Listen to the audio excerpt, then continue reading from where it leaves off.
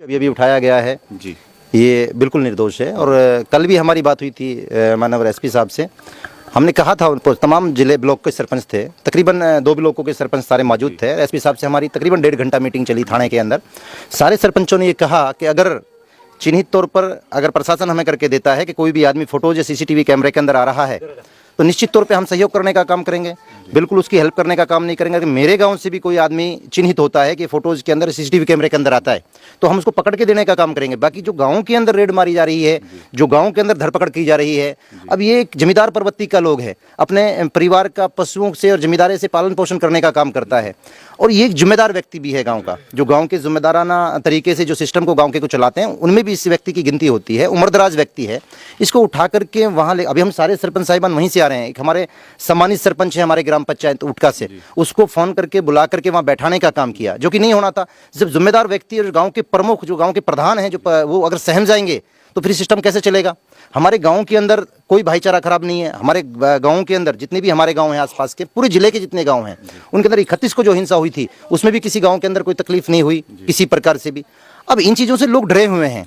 एक तरफ आश्वासन मिलता है हमें कि निर्दोष को नहीं उठाया जाएगा, किसी निर्दोष के साथ में कार्रवाई नहीं होगी, और हम बार बार उनसे कमिटमेंट कर रहे हैं प्रशासन के लोगों से कि जो दोषी हैं, जो बिल्कुल जिन्होंने इस भाईचारे को चोट पहुंचाने का काम किया है, जिन्होंने भाईचारे को तोड़ने का काम किया है, उन लोगों को पकड़ने का काम किया जाए और उनके खिलाफ सख्त कार्रवाई की जाए। बाकी अब हमारे जो निर्दोष साथी हैं, फिर हमारे गांव उटका से सम्मानित सरपंच है, कल भी मीटिंग के अंदर माननीय एसपी साहब और डीसी साहब के साथ मौजूद थे। वो कल मीटिंग के अंदर मौजूद थे, सारे साथी हम साथ गए थे, सारे सरपंच इंड्री ब्लॉक और नूह ब्लॉक के सारे सरपंच साथ थे। सबके सामने बीच में बैठकर पटल पर बात हुई, विस्तार से बात हुई कि हम हर तरीके से सहयोग करने के लिए तैयार हैं, कि पंचायत भी सरकार का एक पार्ट है, ग्राम पंचायत सरकार का हिस्सा है।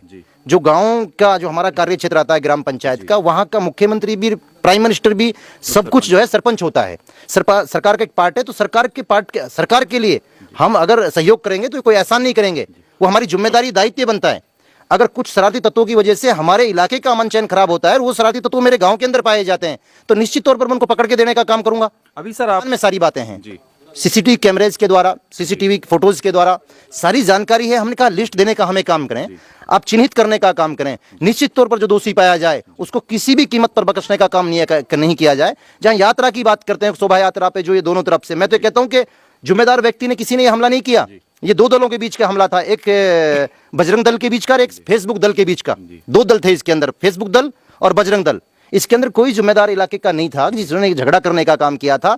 अगर दोबारा शोभा यात्रा निकलने का काम होती है तो हम सारे सम्मानित सरपंच साहिबान खड़े हैं, हम उनका स्वागत करने का काम करेंगे, बड़े बड़े होर्डिंग और बोर्ड लगाने का काम करेंगे। ग्राम पंचायत खेड़ला में शोभा यात्रा का पहुंचने पर हम स्वागत करते हैं और सम्मान के साथ में सारी महिलाएं और व्यक्ति सारे के सारे जाकर के वहां उसका सम्मान करने का काम करेंगे। सर मेवात, बड़े अफसोस की बात है किस जालिम की नजर लग गई इलाके मेवात को, वरना मेवात के लोग तो बाबर से लेकर, बलबन से लेकर ब्रिटिश हुकूमत तक से ललकारते आए हैं, लड़ते हुए आए हैं।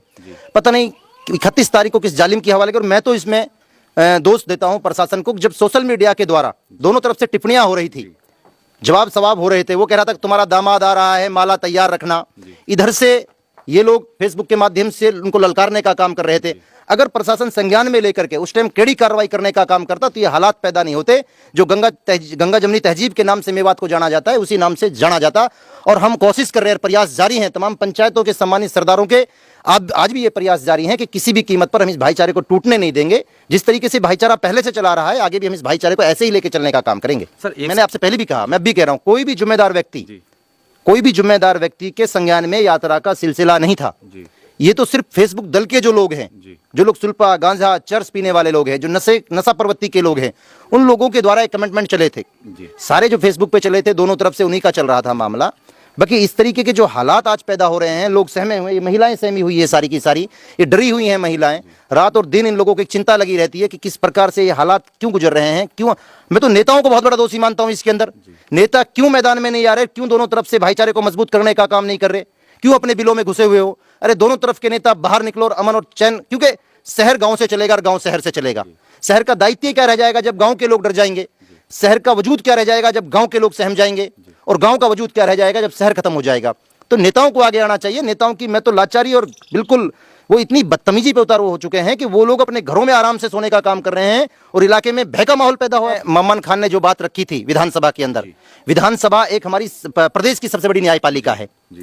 जो चंडीगढ़ के अंदर हमारा सत्र चलता है, प्रदेश की उन्नति और विकास के, प्रदेश को आगे ले जाने के लिए बात करते हैं कि प्रदेश को किस तरीके से आगे ले जाया जाए। वहां इस तरीके की बदतमीजी की बातें, प्याज सी फोड़ देना, इस तरीके के दूसरे लोगों को उकसाना, ये बातें मैं समझता हूं कि बिल्कुल निराधार हैं। मैं इन बातों की मजम्मत करता हूं कि ऐसी बातें विधानसभा के सत्र में नहीं होनी चाहिए। जहां विकास और उन्नति की बात हो, वहां मामन खान का कोई दायित्व नहीं बनता, उसके पास एक विधानसभा की जिम्मेदारी है।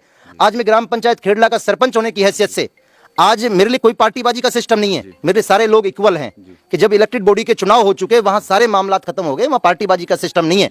आज मेरी जिम्मेदारी और मेरा राइट बनता है। अच्छा, मैं इस गांव का सरपंच होने के बाद आप बताओ, मैं गांव को छोड़ के कैसे भाग सकता हूं?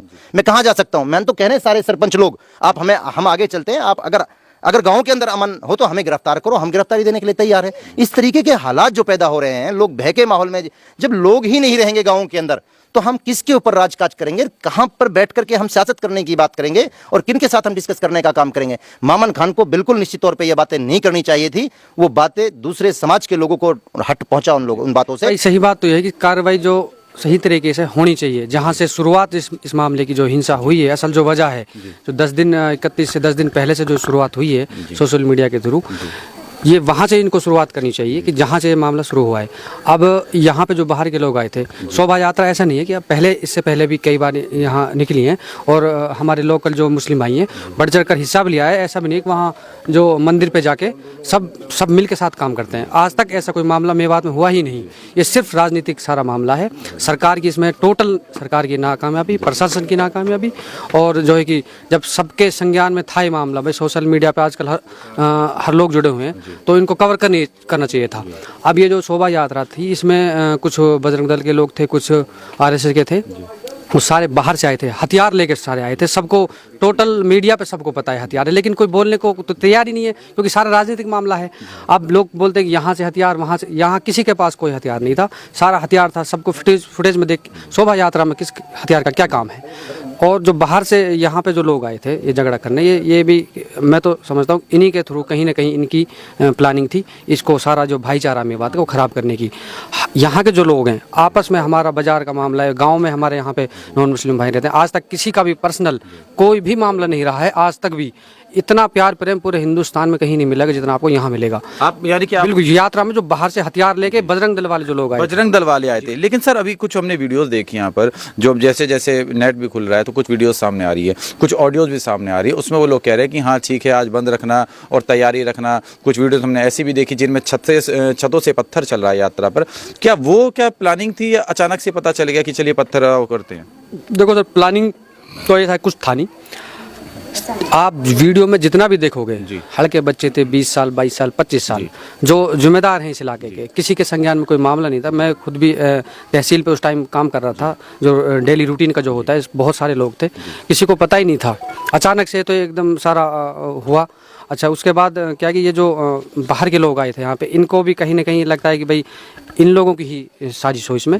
हमें तो ये टोटल नाकामयाबी प्रशासन की इसमें दिख रही है। इनको कंट्रोल करना चाहिए था बहुत पहले।